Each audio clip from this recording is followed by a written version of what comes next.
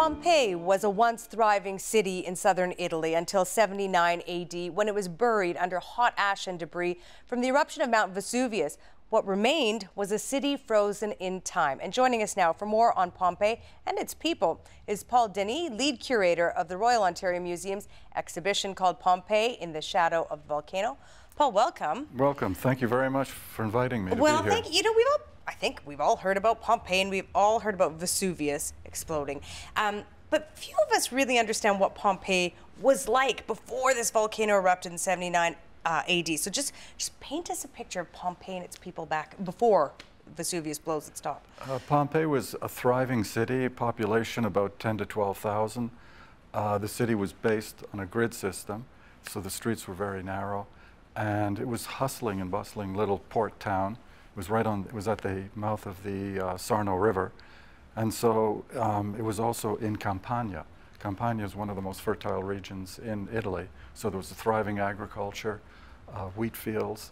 And Pompeii was, because it was a port, goods coming into Pompeii would be transported into the hinterland from Pompeii, or goods coming from the farms and industry areas would go through Pompeii and be shipped out. So it was a very wealthy little town.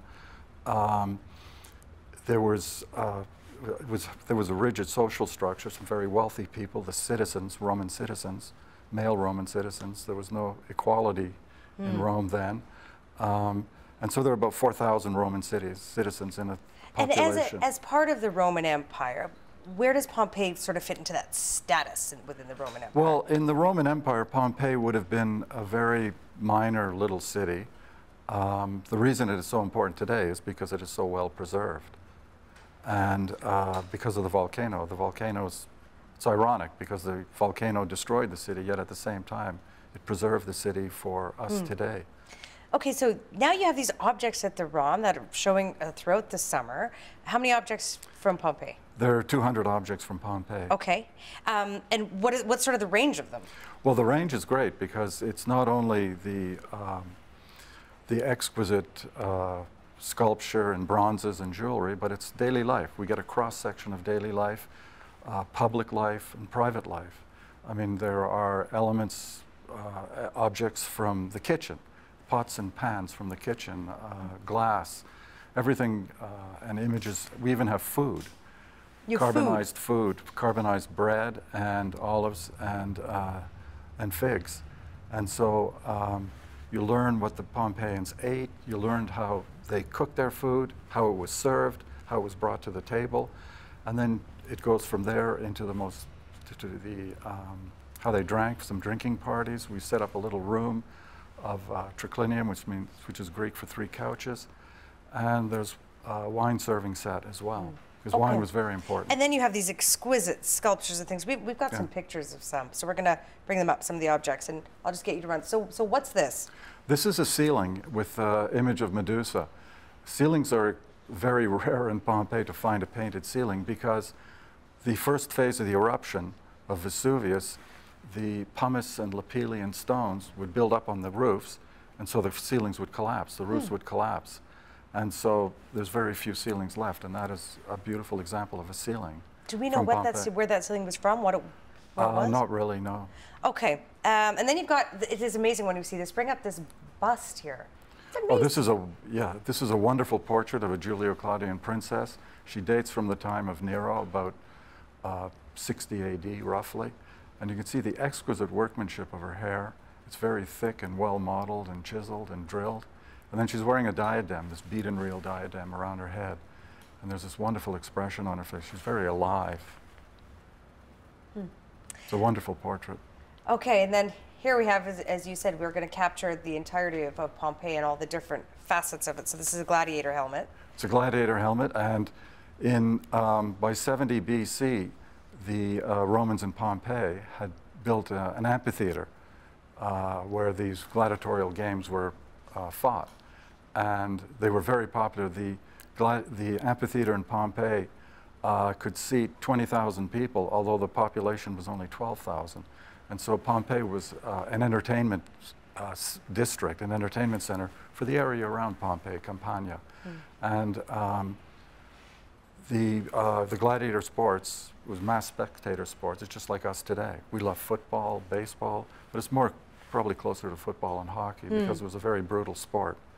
And there was all the gladiator equipment we have on display comes from the gladiator barracks where the gladiators would train.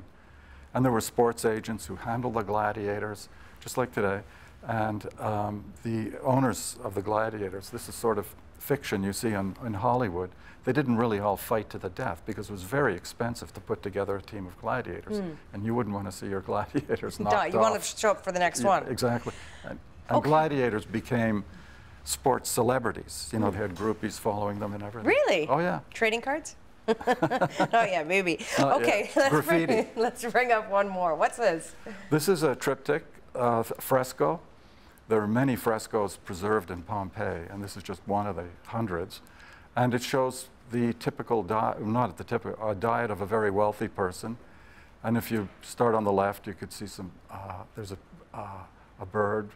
And then in the middle, there's some shellfish, lobster, some cuttlefish, and then there's a bird on a beautiful silver vessel. And then on your right is the game that comes from the forest. There's a rabbit and some birds, and then an apple on the ledge. What do we know about this in terms of where this might have been? Anything? Well, this is a tricky one because it's a triptych, but the three images were removed from larger fresco, and they were joined in the 19th century. That's the problem. In the 19th century, it wasn't until about the late 19th century that they started excavating systematically and keeping records of where everything was found. And today, the houses are not named after the person who owned it because we don't really know. And so the houses are named after, for example, there was a woman who died in a house and she was wearing a golden bracelet, so it's called the House of the Golden Bracelet. Or there was this very famous villa, a huge villa, it's called the House of the Faun, because there was a dancing faun in the fountain. And so they call it the House of the Faun. Well, I mean, you're in the curatorial business. You have seen ancient things, the ruins, and being preserved. I'm a lay person, but it is amazing to me how well preserved this is. I mean, how astonished when you first saw these objects, were you like, wow, can't believe it, or where did this sort of fit for you? Exactly. This is the best period of Roman art, the early 1st century AD. And the city is so well preserved because of the ash. And that's what makes Pompeii so important. A little backwater town, all of a sudden, it's the most important archaeological site in the world. And right now, the archaeologists aren't necessarily, I'd say about 65% of Pompeii is actually dug up, and a third of it is still underground. And they can't open the ground yet because there's still, the effort now is to conserve Pompeii. Why did they first start digging up Pompeii? Like, how did that all take place? Well, it started systematically in 1748, the Bourbon kings of Naples, and it was basically treasure hunting. And they found... They had no idea that there was treasure there. Well, they knew there was something there, and they were mining, especially in Herculaneum and Pompeii, and they were treasure hunting, and he'd bring it back to his palace. And they didn't know it was Pompeii yet. They just called it the city. And eventually they found out through inscriptions that it was Pompeii. And then in 1860s is when they really started sort of systematically excavating, strata by strata and keeping records of what they found. Just put this in today's context for me, Paul. Why is it so, the conservation that's going on, why is it so important to do that? Well, Pompeii belongs to Italy, but it belongs to the world. And so it's our culture, and so we have to preserve it.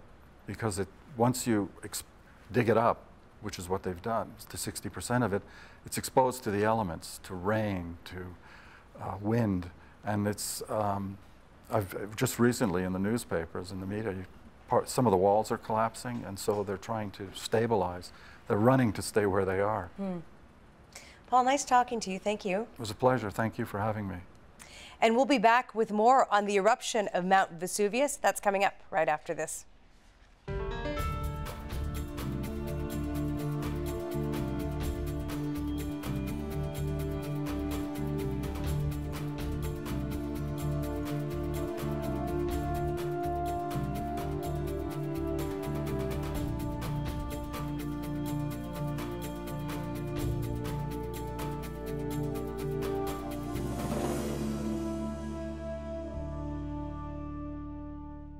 Mount Vesuvius erupted without much warning, and the aftermath of that fateful day saw an entire area buried under 4 to 6 meters of ash and pumice. Joining us now for more on the eruption is Katherine Dunnell, member of the Pompeii in the Shadow of the Volcano curatorial team and mineralogy technician with the ROM, the Royal Ontario Museum. Hello, Katherine. Hi, Pia. How are you? I'm good. So I just said, didn't get much warning when Vesuvius, but was there any warning? Yeah, I think, during this process, one of the real misnomers was people thought, that these people were engulfed fast, like 30 seconds and it was over. And the reality was, right after lunch in Pompeii that day, it started to get dark and the cloud started out of ash and into the atmosphere, 20 to 30 kilometers in the atmosphere. This was no sort of poof, poof, poof. This was serious. And I think at that point, during the process of Mount Vesuvius erupting, a lot of people left. And I think that's a really big key point. I think 90% of the people who were living in Pompeii at the time left. The 10% that stayed were probably economically forced to stay, whether they were slaves, whether they didn't have anywhere to go. So it's that sort of 10 percentile that sort of hung out, and I think that's unfortunately was not the best decision. It happened in summer, right? In August?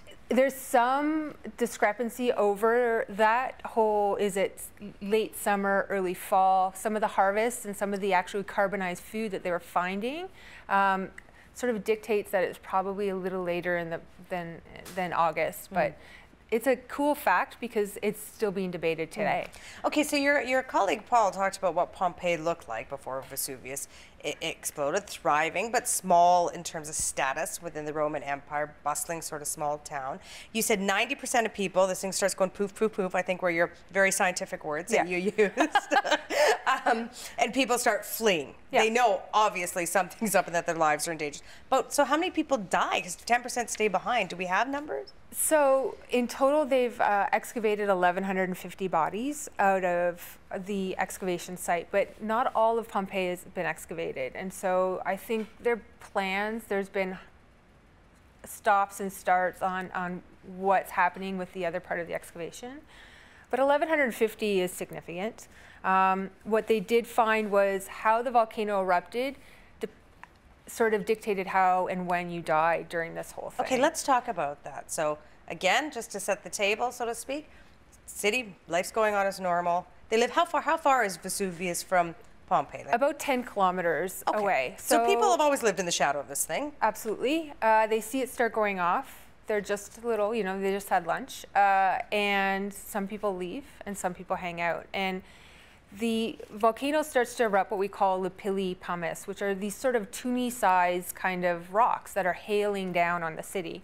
And there is some literature that suggests people were just walking around, going to the market with these things sort of raining down on them, which for me is crazy to think about. And that continued for about 6 hours before people started to succumb. And it was because these started to build up on houses and structures, and it got so heavy that actually structures collapsed. And so the majority of the people that died within the first to 8 hours of the eruption were found indoors. So they were, basically, gathering all of the objects that they felt near and dear to and succumb inside. So I think at that point during the whole process, people thought, okay, this is serious, it's not gonna stop. It's not like a snowstorm in Toronto where we're waiting for it to stop. We're gonna leave. And I think they started to flee outside, and that's when the pyroclastic surges happened. Okay, so talk to me about, because you say it's not like a snowstorm in Toronto, this thing's not going to stop erupting. How long does Vesuvius erupt for? So it starts right after lunch on the first day, and it ends pretty much right before dawn the next day. So it's a fairly long 12 hours. And so, when people thought, oh, 30 seconds and these people were done, it wasn't. There was obviously some conscious choice about when they should leave and whether they should leave, and even if they did leave, if they if they walked a certain direction, they weren't going to get any further along. Their survival rate was still really poor.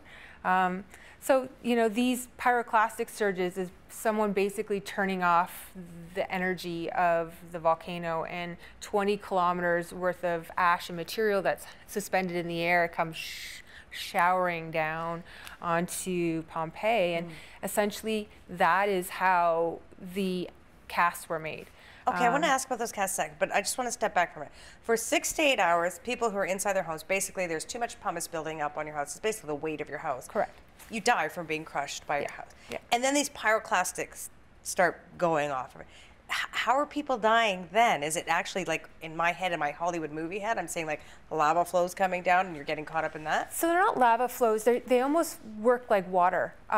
They are these big sort of almost tsunami-like experiences of hot gases, ash, and debris that are sort of like an avalanche coming off of Vesuvius and into the town.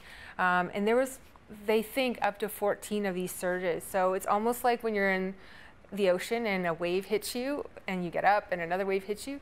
These people, though, were experiencing these waves, these pyroclastic surges, and they were about 300 degrees Celsius, which is far exceeds what, you know, a human can tolerate. So they were getting blasted by thermal shock and dying instantly. And they're fast moving. Oh, for sure, 100 kilometers plus an hour. So these things, you could not run them. So, you know, when they were coming, it was inevitable. Okay, let's talk about these casts, and we'll bring some photos up in a second, but just set them up for me. How did this all happen? So the surges come and obviously bury the people. And what the ash does is create this great sort of anoxic environment. And the heat actually, and the ash sort of crust over the human remains.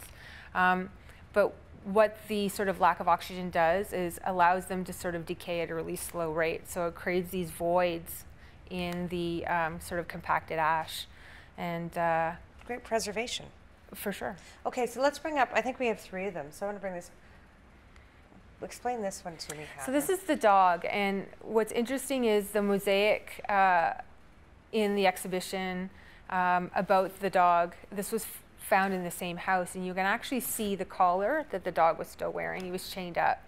And these contorted poses are not because they're sort of sheltering themselves, but more of this, of the heat. It contracts all of our ligaments and creates this sort of jerky reaction. Jerky prayer pose is what they call it, yeah. Wow. Yeah. Okay, that's the dog. Let's bring up the next one. Okay, these are humans. These are some of the casts, I think, from the garden. What's interesting about this one to me is how large the guy at the back is compared to everyone else. These were not very big people, so he's, to me, a little fascinating. All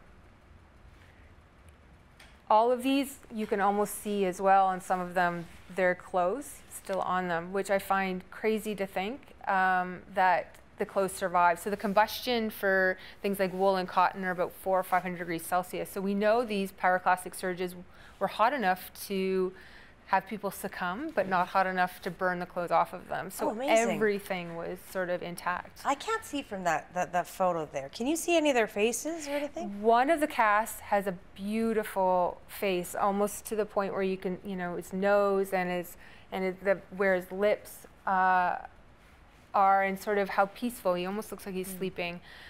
It's a bit creepy, I have to say, but fascinating at the same time. Because again, these were people who died post the first 6 to 8 hours from houses collapsing. Right. These, would they have died quickly? They would have, yeah.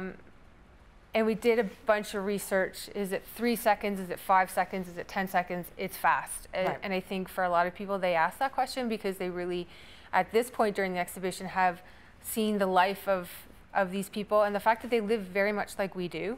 And so they've created a connection to them, and then this part of the exhibition really takes you through a bit of a roller coaster emotionally anyway. All right, I think we have one more. I think this, there it is. So while this guy looks like he's praying, actually he was found on its side. So he should be 90 degrees to this. So he's laying down crouched up. Yeah, Crouched, he's kind of doing this fetal sort of thing. And again, not his hands you can see very distinctly, but his face is sort of a little more masked. You say you knew he wasn't praying. You don't know that. You just assume that from the position that he was found in. Yeah.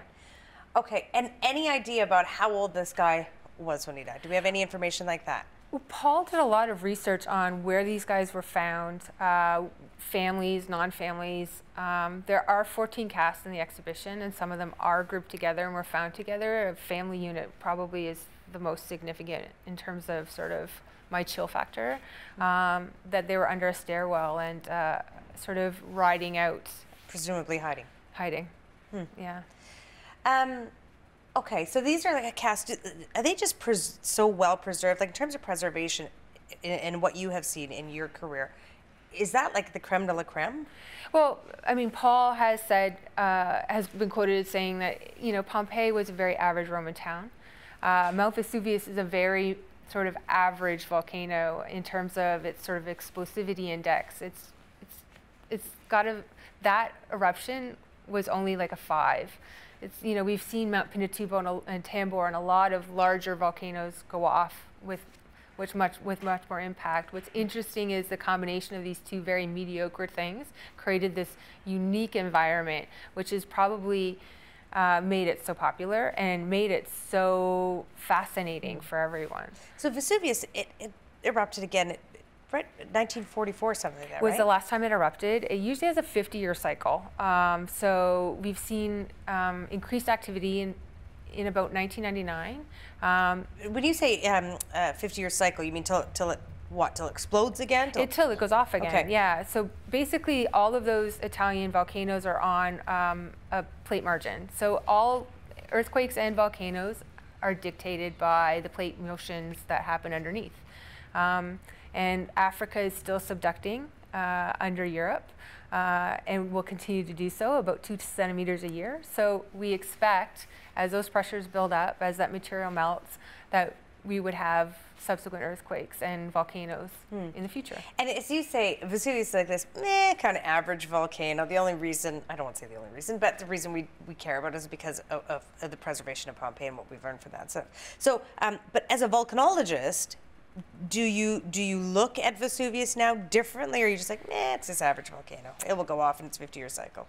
It's been made famous by the casts and sort of the preservation of a Roman town, for sure. I mean, we've seen Chile, Cabuco go off in the last 2 months, and people, in terms of how they react to geologic crisis, is the same. And what's interesting is people in Pompeii made a choice.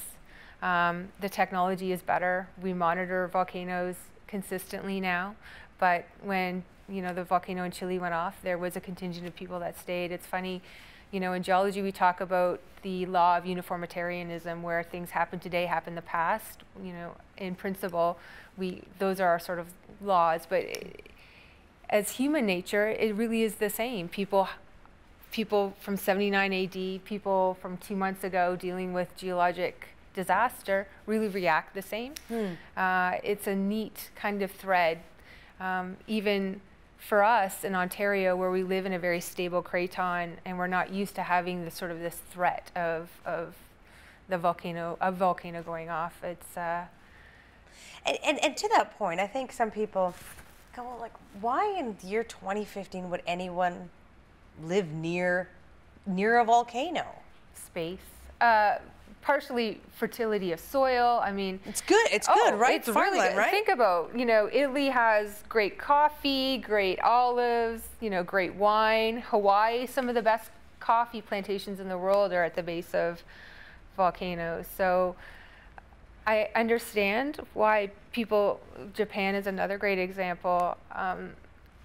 And we vacation in places that Indonesia, Costa Rica, yeah, Central America, lots of places. for yeah. sure. I think for us, we're just so benign to the fact that people accept that risk. What are you hoping that people will get out of seeing the Pompeii exhibit at the ROM?